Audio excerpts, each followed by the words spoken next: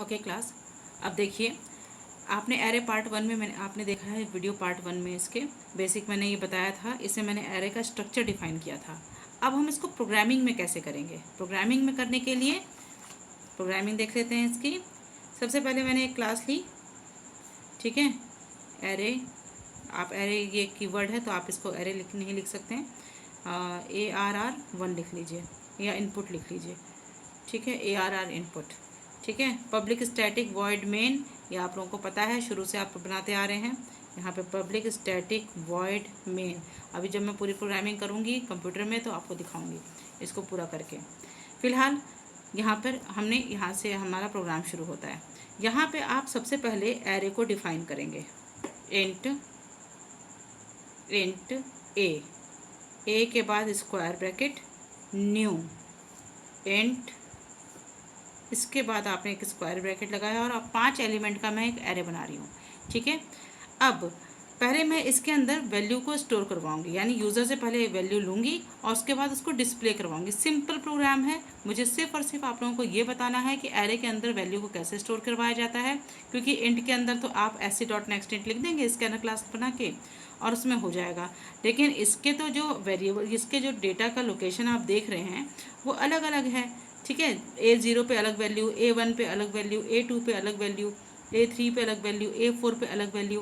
तो इसको हम जो डालेंगे तो कैसे डालेंगे इस वैल्यू को, ठीक है। वैसे तो एरे जो होता है वो सिंपल भी डिफाइन होता है। मैं आपको एक सिंपल एरे भी लिख कर दिखाती हूँ। इंट ए और उसके बाद आप एक करली ब्रेसेस में, आप जैसे मैंने यहाँ पर लिख दिया था 23, 35, 0, 18 एंड 9, ठीक है ना। ये करली ब्रेसेस बंद, ठीक है, ये करली ब्रेसेस में होते हैं, ठीक है। अब आप देख रहे हैं कि इस इंटीजर के अंदर यहाँ पे मैंने कोई भी वैल्यू डिफाइन नहीं की है, क्योंकि यहाँ पे मैंने यहाँ पे कोई भी मतलब लेंथ नहीं बताई है इसकी, क्योंकि यहाँ पे हमें पता चल रहा है कि इसके अंदर 5 वेरिएबल्स हैं, इंटीजर टाइप के ही हैं, ठीक है। तो ये तो वो चीज़ें हैं कि आपने प्रोग्राम के अंदर ही दे दिया कि 23, 35, 0, 18 और 9 है। इसके लिए आपको मेमोरी एलोकेट करनी है। इस ए के अंदर A1, A2, A3 करके, sorry A0, A1, A2, A3, A4 के अंदर वैल्यू चली गई। लेकिन अगर मुझे यूज़र से रन टाइम पर वैल्यू को लेना है तो आपको पता है इसके लिए हम क्या यूज़ करते हैं, स्कैनर क्लास का यूज़ करते हैं। तो यहाँ पर हम इम्पोर्ट करेंगे, इम्पोर्ट java.util, ठीक है। यूटिल क्लास के अंदर, यूटिल ये पैकेज है, java.util एक पैकेज है जिसके अंदर स्कैनर क्लास मेरी पड़ी हुई है, उसी को मैं यहाँ पे इंपोर्ट कर रही हूँ, ठीक है। उसको यूज़ करने के लिए, स्कैनर क्लास को यूज़ करने के लिए उसका ऑब्जेक्ट बनाना पड़ेगा। S capital scanner SC new, यहाँ पे आप देखिए न्यू क्यों यूज़ किया गया है, मेमोरी एलोकेशन के लिए। ये क्लास है, इसका कॉन्सेप्ट एकदम बाद में, लेकिन फ़िलहाल बस आप इसको समझिए। स्कैनर, यहाँ पे मैंने system.in, ठीक है, ये इसका सिंटेक्स है। अब ये SC क्या है, ये एक इसका ऑब्जेक्ट है, स्कैनर क्लास का ऑब्जेक्ट है। लेकिन ये ऑब्जेक्ट नहीं है, ये इज़ द रेफरेंस वेरिएबल, ये ऑब्जेक्ट नहीं है, ये ऑब्जेक्ट नहीं है, ये है वो आपका ऑब्जेक्ट, ठीक है। क्योंकि ये क्लास का ऑब्जेक्ट है। क्लास क्या होता है उसके बारे में हम बाद में डिफाइन बताएंगे, पहले आप ये समझिए कि वेरिएबल, ये अभी हम एरे के बारे में बात कर रहे हैं। तो फॉर लूप लगाना है हमको। किस लिए लगाना है फॉर लूप, क्योंकि मुझे यहाँ पे वेरिएबल चाहिए 0 से लेकर 4 तक के वेरिएबल को स्टोर करना है। इसके अंदर 0 से लेकर 4 तक के वेरिएबल को स्टोर करना है, ठीक है। क्योंकि ये अब एक स्ट्रक्चर जब होगा वो ऐसे तैयार होगा, इस तरह से। यहाँ पर A इस तरह से एक इंडेक्स बन जाएगा। अब यहाँ पे 0, 1, 2, 3, 4। अब इसके अंदर वैल्यू डालने के लिए अब हम 4 का यूज़ करेंगे। Int i is equal to 0 से स्टार्ट किया मैंने। आप यहाँ पे वेरिएबल का नेम है, कुछ भी ले सकते हैं। i is less than 5 and i plus plus. अगर आप यहाँ पे लेस देन 5, अगर आप i is less than equal to 4 लगाना चाहें तो वो भी लगा सकते हैं। मैंने फ़िलहाल 5 लगाया है।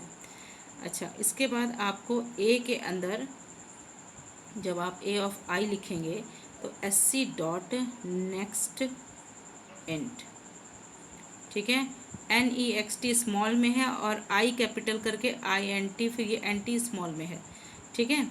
उसके बाद ये आपका सिंटेक्स तैयार हो गया यूज़र से लेने के लिए, ठीक है। और उसके बाद जब इसको डिस्प्ले करवाएंगे तो डिस्प्ले कैसे करवाएंगे, डिस्प्ले करवाने के लिए मैं नेक्स्ट पेज पे चलती हूँ।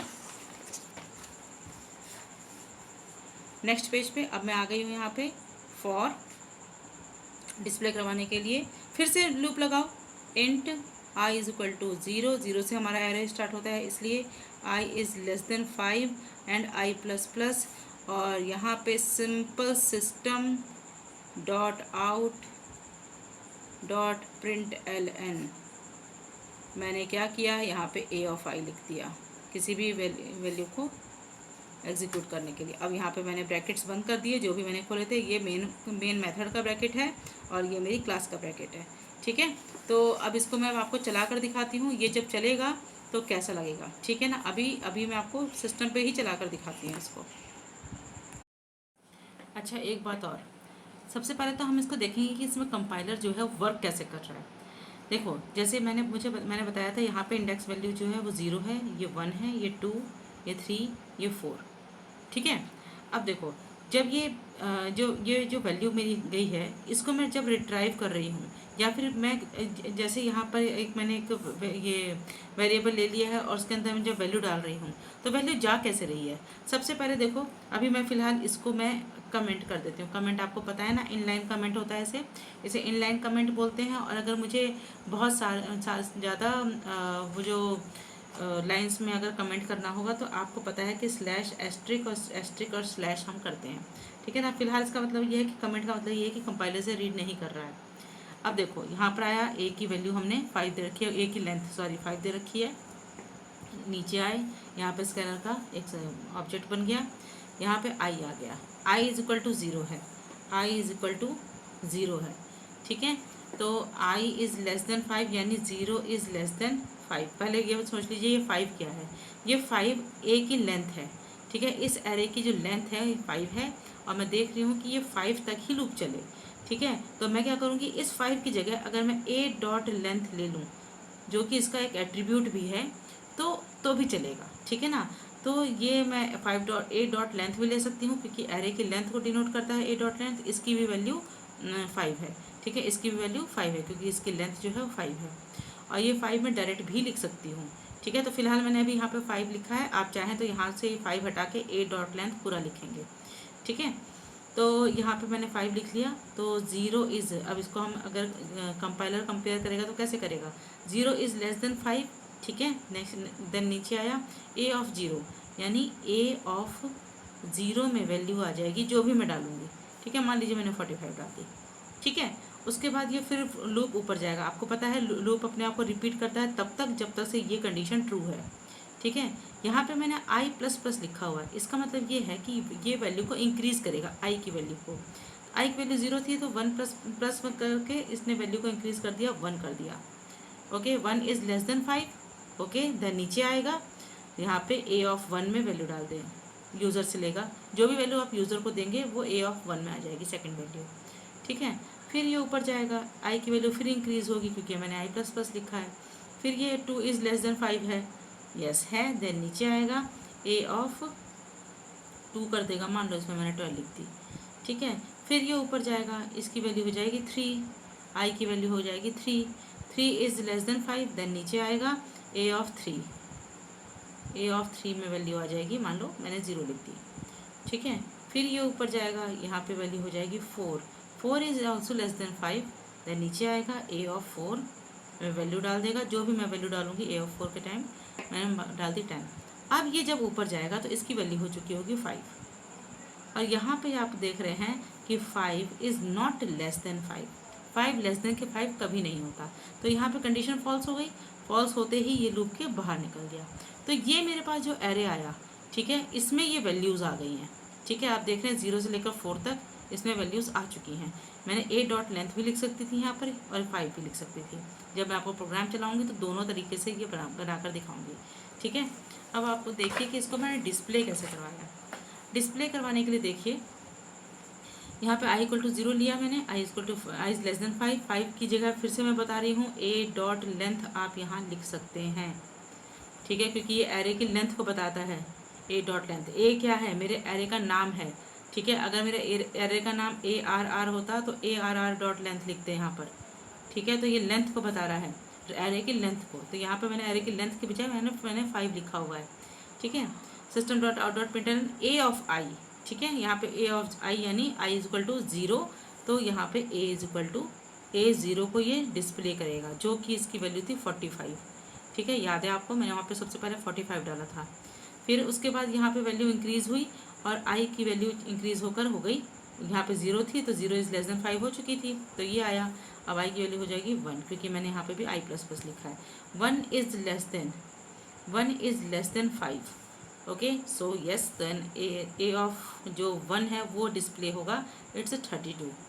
ठीक है, फिर ऊपर जाएगा, आई की वैल्यू फिर इंक्रीज़ हुई और यहाँ पे ए की वैल्यू फिर से वो शो करेगा जो भी थी, आई थिंक 12 थी, 12।